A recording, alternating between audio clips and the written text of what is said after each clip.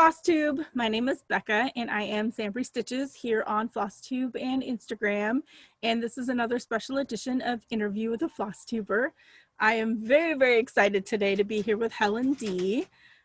She is Helen D on Flosstube if you're not familiar, and East Coast Crafter on Instagram. I love her channel, one, because we have similar tastes, smalls, and getting them done and getting them finished. And her finishing is absolutely amazing. She even does extra finishing tutorials as well. If you want to learn, how she does it or different techniques, they are amazing. So I just definitely check out her channel. The finishing, if you like finishing, is just absolutely amazing. So how you're gonna make me blush.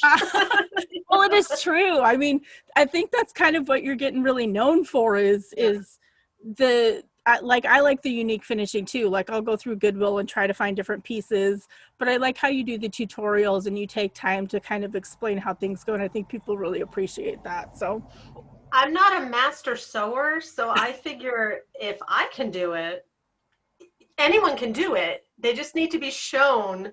Yep. Right? Like it's intimidating. And then you just do it a couple times and you're like, oh, I can do that. Yep. That was like me. I just made my first biscornu and I was like super overwhelmed. And I was like, there's no way I'm ever going to make it. And, a couple of my friends explained things to me. And then I watched a tutorial and it was so much easier than what it looks like.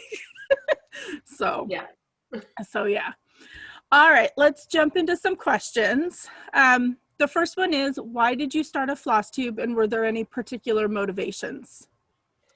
I started a Flosstube because I had gotten back into stitching a lot and was watching Flosstube and thought, I want to be a part of that community. I think that's why a lot of people get into Flosstube. They think, well, I want to share my stuff, and these people actually want to hear about what I'm doing as opposed to everyone else in real life that I would talk to. Yep. So that was the basics, is I thought, well, I'll try it and see how it goes. And if I'm not enjoying it, you can always stop. So, and I think 3 years. Oh, wow. Yeah. And I haven't stopped yet. So I'm having a good time. I'm just coming up on my year, and I think it's the same thing. I say it in a lot of the interviews and my videos that the stitching community is absolutely amazing. They're so supportive and just appreciate everything. It's great. So it's definitely a good reason to get into. I know there's a lot of newer Flosstubers now. That started when everyone was kind of home and they had time. Yep.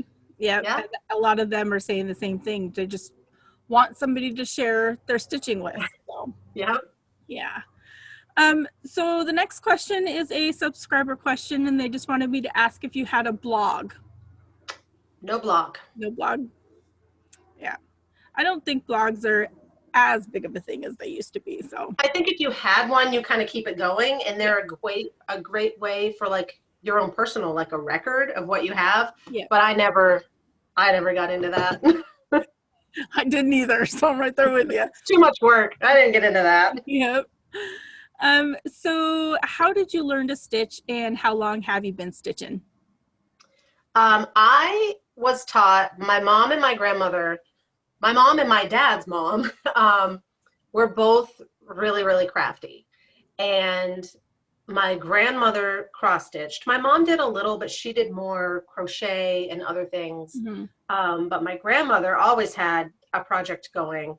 And she showed my sister and I was probably, I don't know, 10 to 12. Mm-hmm. And I made all the plastic canvas magnets because it was the 80s. So we had geese, we had cows, we had watermelon, we had all the plastic canvas magnets on our fridge.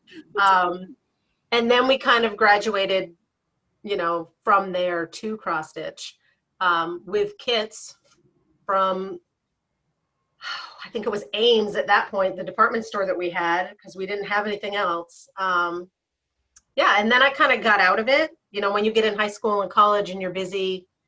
And then right before my senior year of college, I had 3 temp jobs that summer. Like I went through a temp agency and I had all the temp jobs. Mm-hmm. And one of them was taking phone calls for people who were interested in traveling to Maine on vacation, and then data entering their info, and they would get sent out a bunch of brochures. Oh. That was very boring, and I needed something to do. So I grabbed, my mom had some kits in the attic, and I grabbed one of those kits. And I'm going to do this all summer, and I did. And then I've kind of stuck with it ever since. Hooked. Yep. Yeah. And then it was like 2015. It was right when I got done my job that's when I found 1-2-3 Stitch, and I found like all these designers that I didn't know you could do something that wasn't just a kit. Yeah. So that's when then it's like right down the rabbit hole. Yeah, that's the rabbit hole. Yeah. I forgot that your sister stitches too, because you do her finishing. So that's my sister also stitches, but I don't really do her finishing. So. You could. I could, yeah, but she has to finish something first. And she's going to watch this and she's going to know. Yeah, you're going to hear about it. Yeah, we both kind of, when I got back into it, I found Country Cottage Needleworks in Frosty Forest. Okay. And I convinced my sister Donna and my friend Felicia. I'm like, look how gorgeous this is. Mm-hmm. I'm going to order all this stuff. So we all started it. Felicia, it was on an 18 count Picture This Plus. Okay. So you know how sometimes the fabric shrinks, right? Yep. So it's a small count. Felicia was like, I can't even see this. I don't even know how far she got. Donna got 3 squares, and I'm trying to convince her to do that 4th one and just have 4 squares, right? Just be done with it. I stitched it twice because I stitched it, and my mom was like, I stitched it and I finished it. And she's like, oh, I know what I want for Christmas. You can just take that off your wall, blow the dust off it, and wrap it up. Oh, geez. So that's what I did. And then I stitched it again for myself. And I'm like, I don't need to stitch that again. I'm done. Yeah, no, we're good. Yeah. That's funny. Well, that was probably the easiest Christmas present ever. Mm-hmm. Here you go. There you go. So this next one is actually one of my favorites because I like to see what everybody picks, but it's what's your favorite project that you've stitched so far? I have 2. I narrowed it down to 2. Okay, we're good. And I grabbed them. One was in this room on the wall, so that one was easy. So this one is...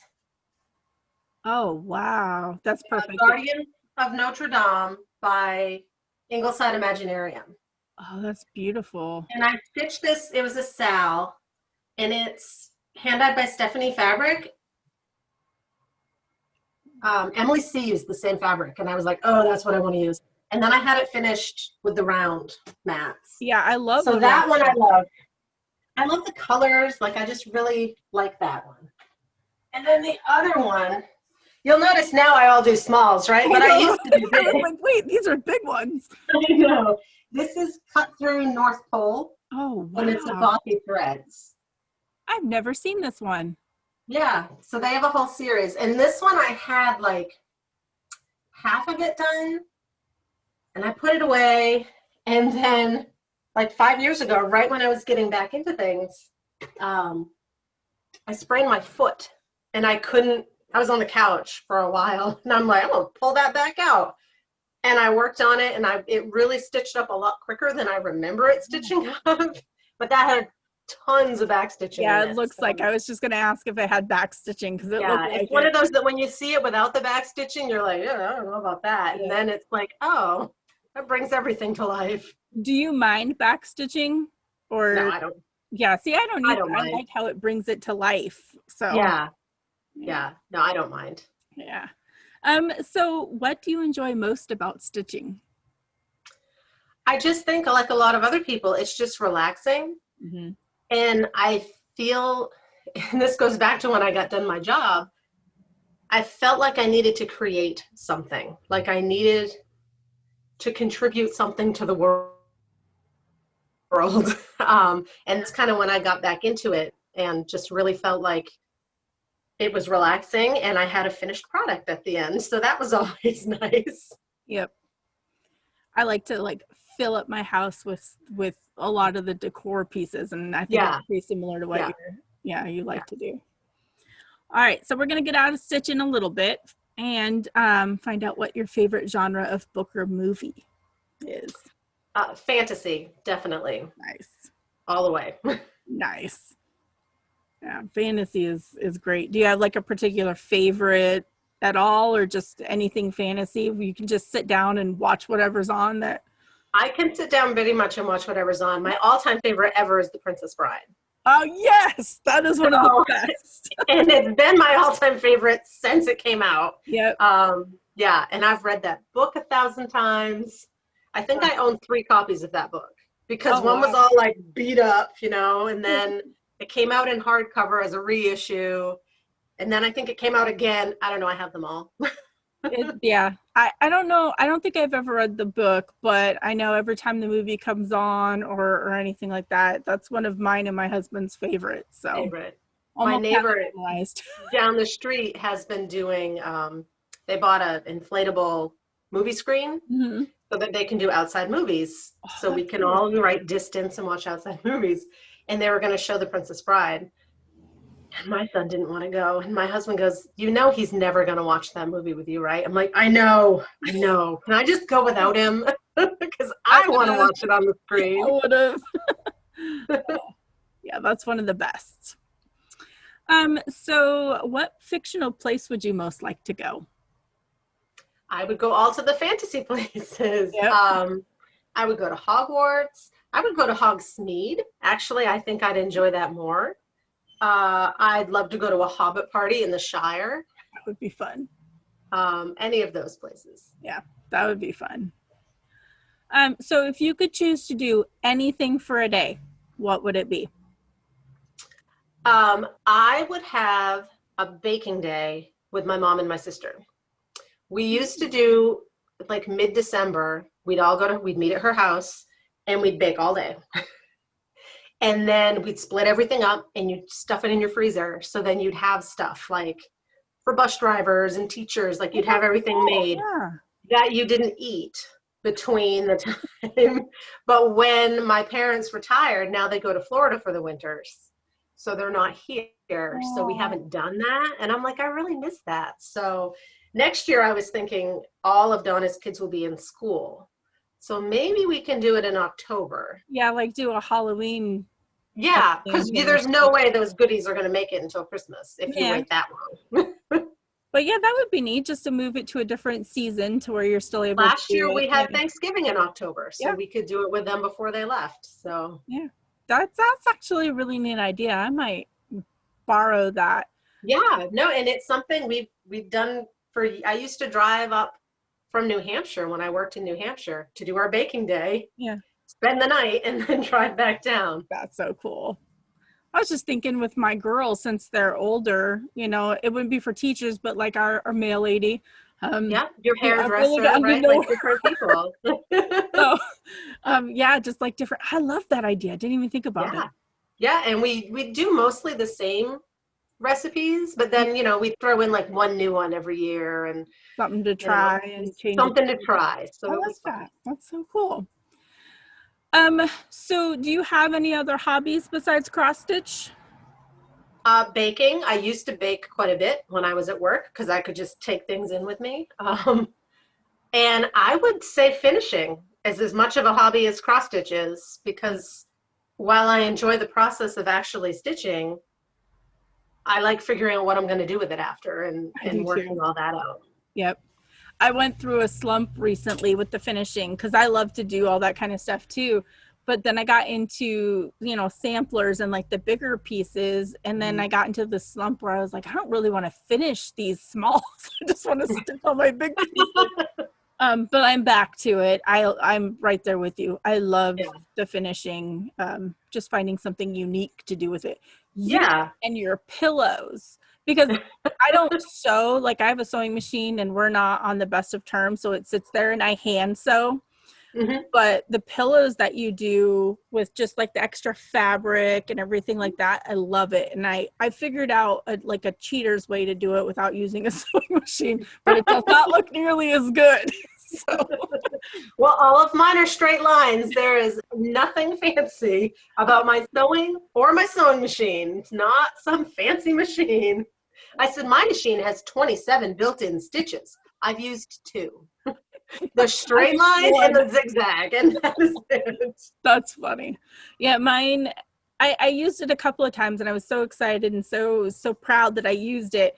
And then it got like this third thread at the bottom or something sticking out. And I was like, done, Yeah. all hands so can't figure it out. So it just sits there. But hand sewing is just a little more time consuming. But It's just a little, right. You can still do it. It just takes a little more time. Yeah, it does. So this is a fun one, and I'm always curious what the answer is. And it is, how would your friends describe you? This was a hard one, and they would probably say calm, gracious, I would hope. My husband would say, no drama. I don't need your drama. No drama is No amazing. drama. It's Yeah. perfect. Yeah. I'm like, mm-mm. Yeah.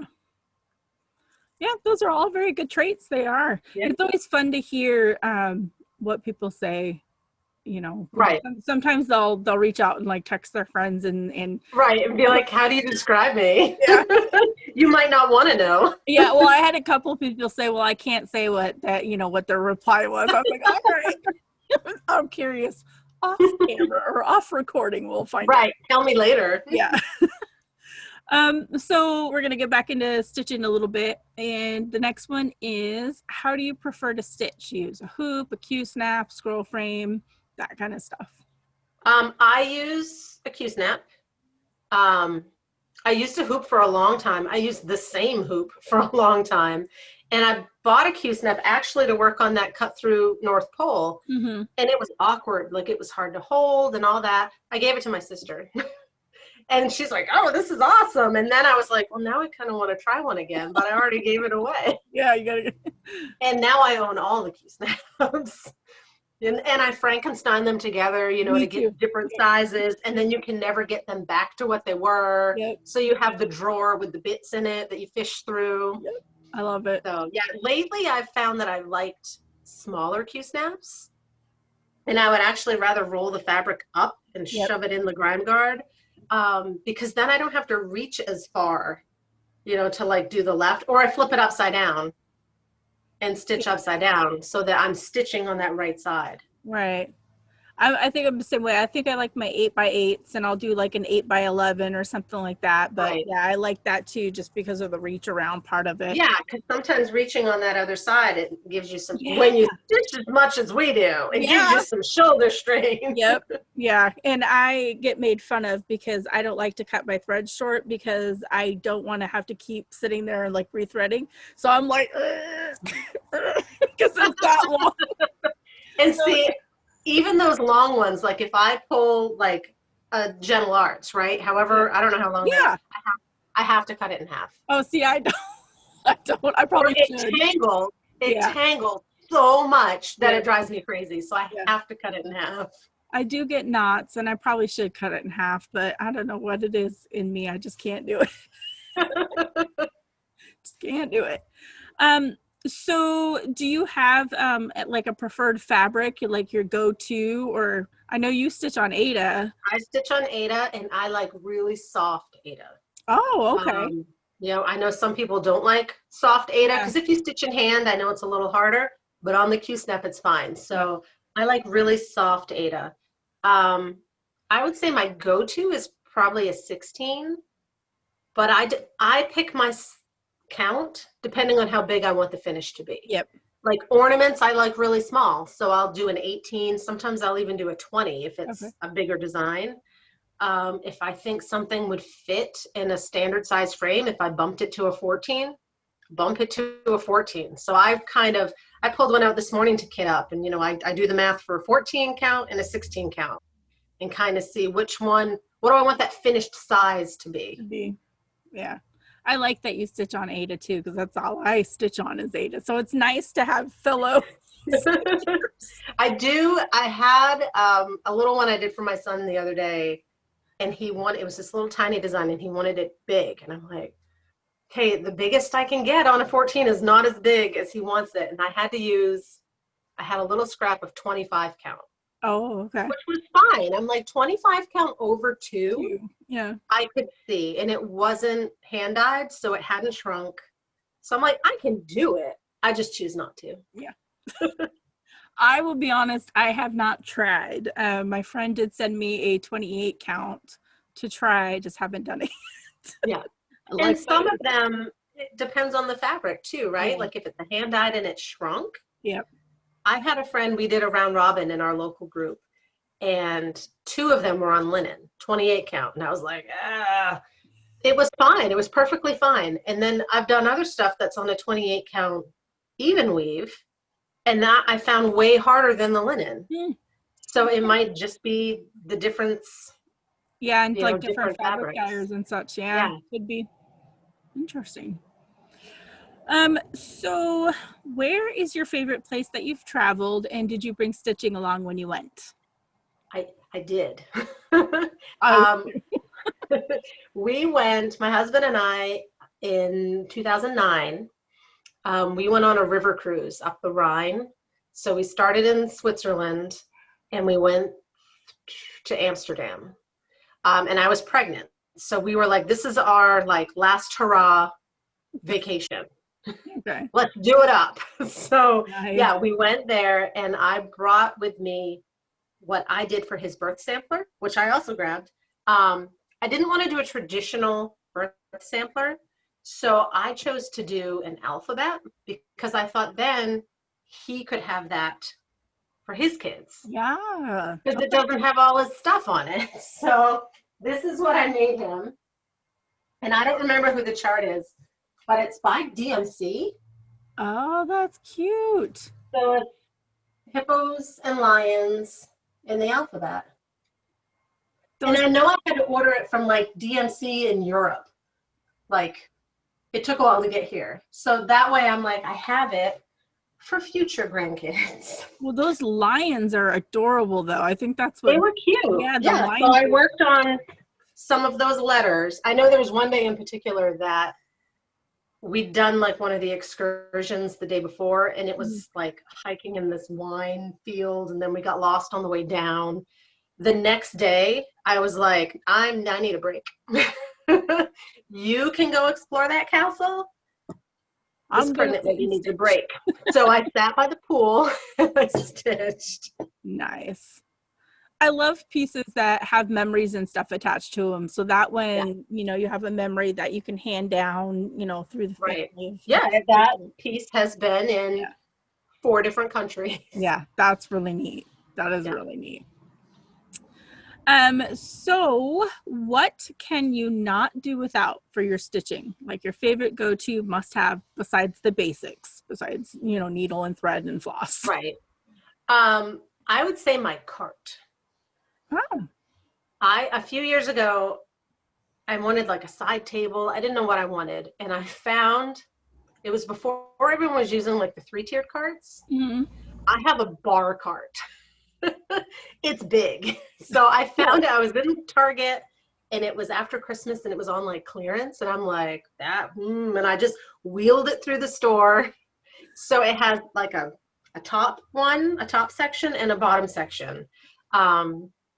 I put my needle minders on it. I put my little spool holders for the fabric. They clip right on the side. That's like cool. Everything is right there. And depending on if someone is watching TV in a different spot and I need to move, I can just wheel it over. I just push it over. And then the bottom, I have like a soft tote with whips in it. Not all my whips, just the ones I think I'm going to work on. And then there's like a pillow for the cats. So everyone's right there. Nice. That actually sounds pretty neat. Yeah, it's just everything's right there. I know a lot of people use like the IKEA carts. I don't have a cart. I probably should get one. Yeah, and mine is bigger than an IKEA cart. Yeah.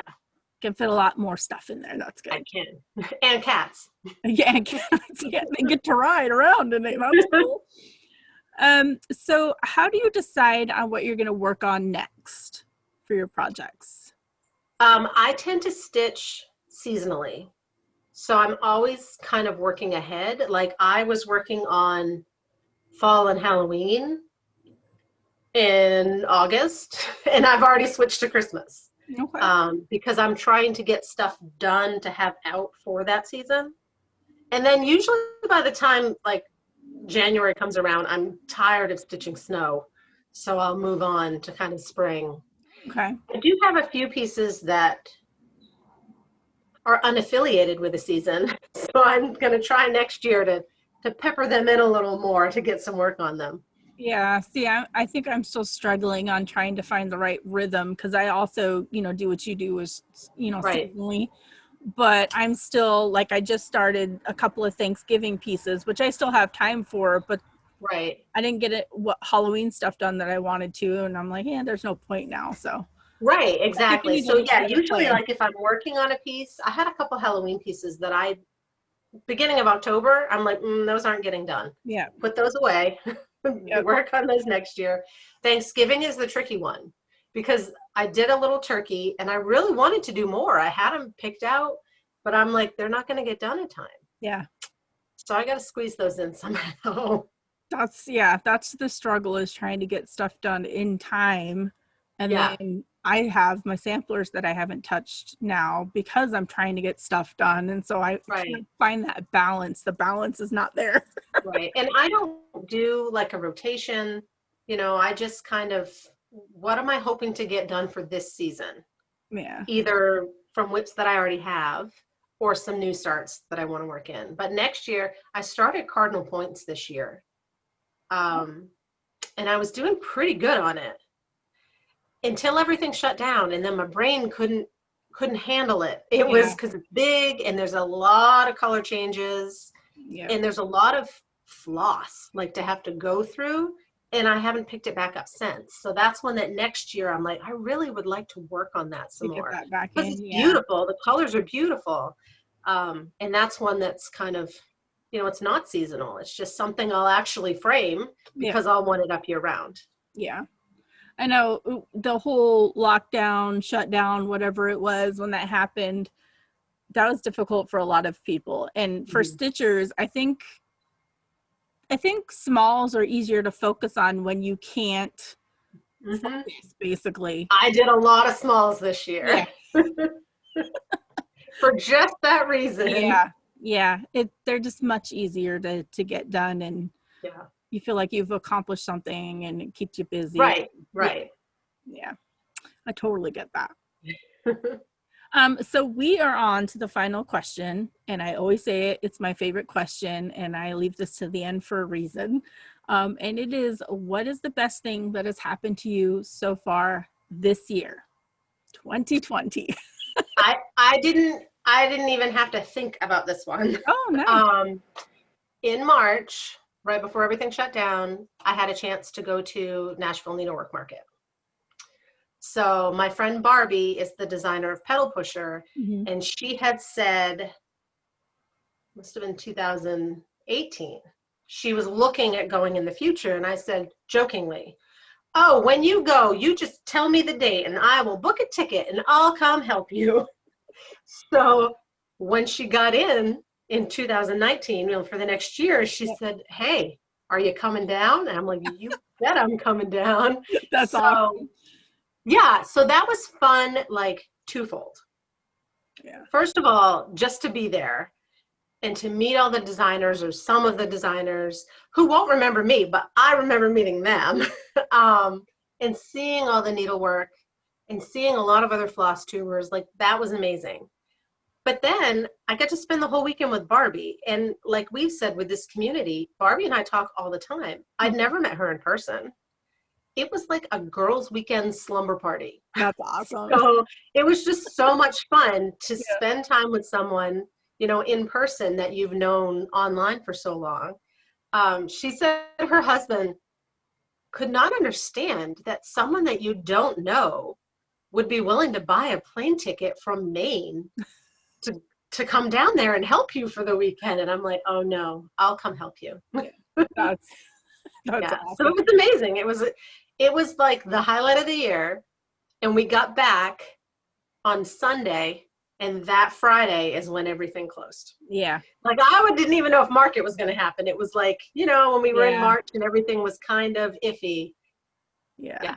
I'm So glad that that was the highlight, and it's gone downhill from there. yeah. Yeah. I'm glad that market happened because I've heard that from, a couple different people on how they were glad that that last hurrah before Hurrah. the Yeah. craziness, started. But, and then I've become friends thanks to the quarantine with people that I'll probably never meet via Zoom. Right. But Yeah. maybe something like that will happen someday where we're able to meet up but you become close friends with people even through social media. So Yeah. that's really And neat. then when you are able to be like, Yeah. hey, now that we can all travel, let's pick a central Yeah. location and fly there and spend the weekend at a A little hotel and just city hang retreat. out, right? Yeah. Like it's so much fun. Yeah, that hopefully I was actually thinking of doing something like that because with the Zoom group that I host, there's like a core group of people that have been coming to it that we've gotten pretty close. And I think that would be Yeah. really neat to try and meet up somewhere and just hang out and Yeah. have a girls' weekend like you had Have to a do. girls' weekend. That's so Yeah. cool. Yeah, this community is We amazing. don't get a lot of girls' weekends. When you get older, you don't get enough girls' weekends. That is true. That is true. Yeah, you have too many responsibilities, is what it is. Yeah. So, well, that was all of the questions. And so I really, really appreciate you, taking your time. This was a lot of fun to get to know you a little bit more. I think people are going to love getting to know you. They really enjoy just getting to see their favorite floss tubers chat. I know I do. Yeah, they're fun. They're a lot of Yeah. fun. So thank you so much. You're welcome. Thank you very much. Bye to everybody on Flosstube. Bye.